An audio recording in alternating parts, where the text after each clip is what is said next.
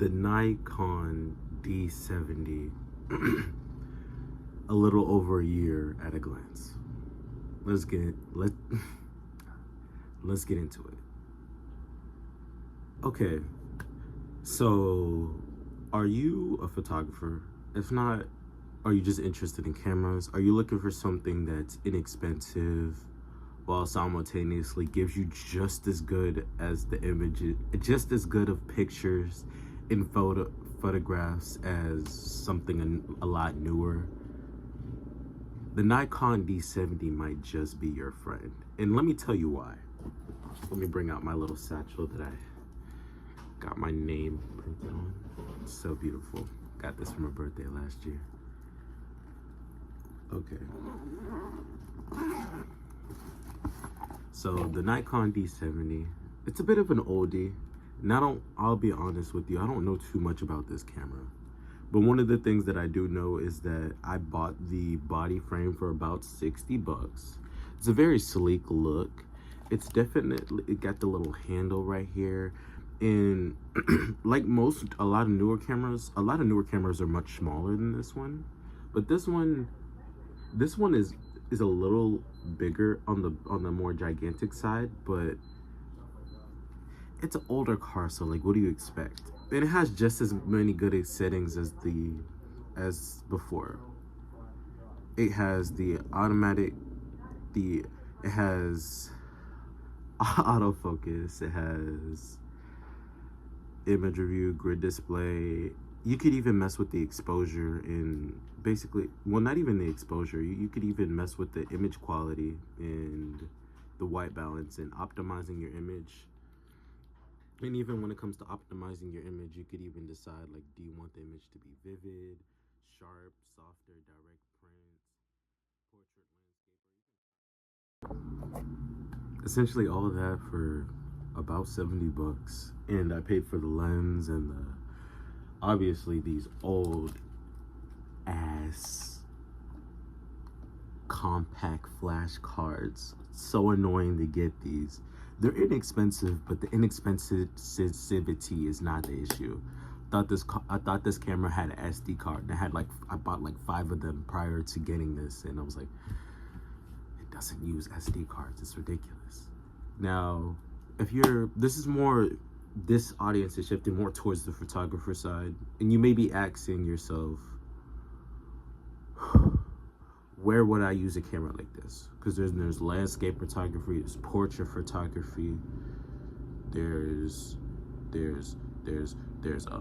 photography that you do like when you're at events, when you're at parties, large amounts of people, nature, all that. And from my personal experience with using this camera right here, it doesn't work well with indoor events, and I will show you why. Pictures like this are the good reason why. A heavy amounts of editing could make a photo like that look a little bit better, but when you're buying a camera initially, the idea is that you would only touch up certain pieces of your photo. It's not like you're completely just trying to change it, and even then people would notice and they'll be like, that looks a bit unprofessional. I do feel like, however, with that being said, this camera works well with nature a lot. It brings out the hue, like it gives sort of like that orange feeling, especially if you know how to mess with the white balance and not even the ISO, but just straight up just the white balance. You give it sort of like that orange greenish look, like images like here. People love when I do outdoor photography because I feel like this is a camera that works best with that. You do it outdoors, mess with the hue a little bit, maybe even go to Adobe Photoshop and mess with the settings, change the colors. It works well in those settings.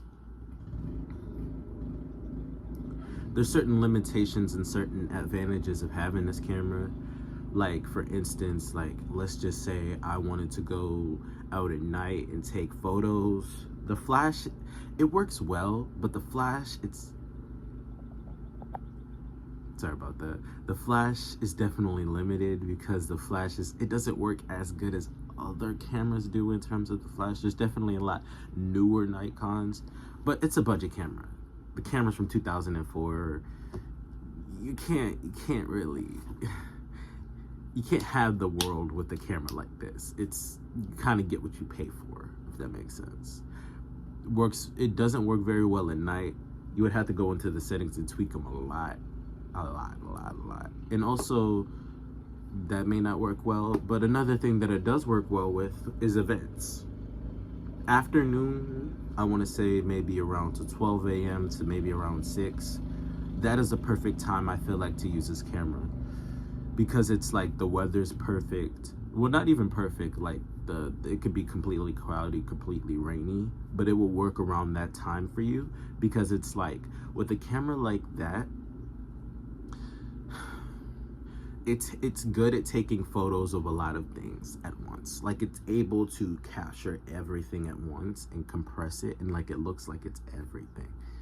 Like images like here's a good example. I did a protest not too long. I was photographing a protest not too long ago, Marietta Square. It's good at capturing a lot of things at once.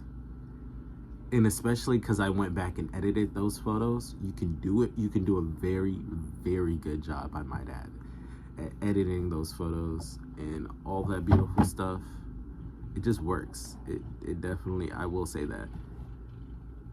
Events, certain events like outdoor events, okay, indoor events maybe not, but outdoor events, you could use natural lights. It doesn't clash with the camera's ability to pick up on the light. Outdoor events work for a camera like this. It was just made for you to go outside and have fun with it, and that's the reason why I bought it. Essentially, that's the Nikon D70 a year at a glance. But I thank you guys for watching this video. I really hope you guys learned something, and hope maybe I considered you guys to buy the camera. If buying the camera is something that you're interested in, definitely let me know. Maybe DM me. I have an Instagram. I could send you guys links and stuff like that to find these certain cameras. But yeah, thank you all for watching this video, and I'll see y'all in the next one. Peace.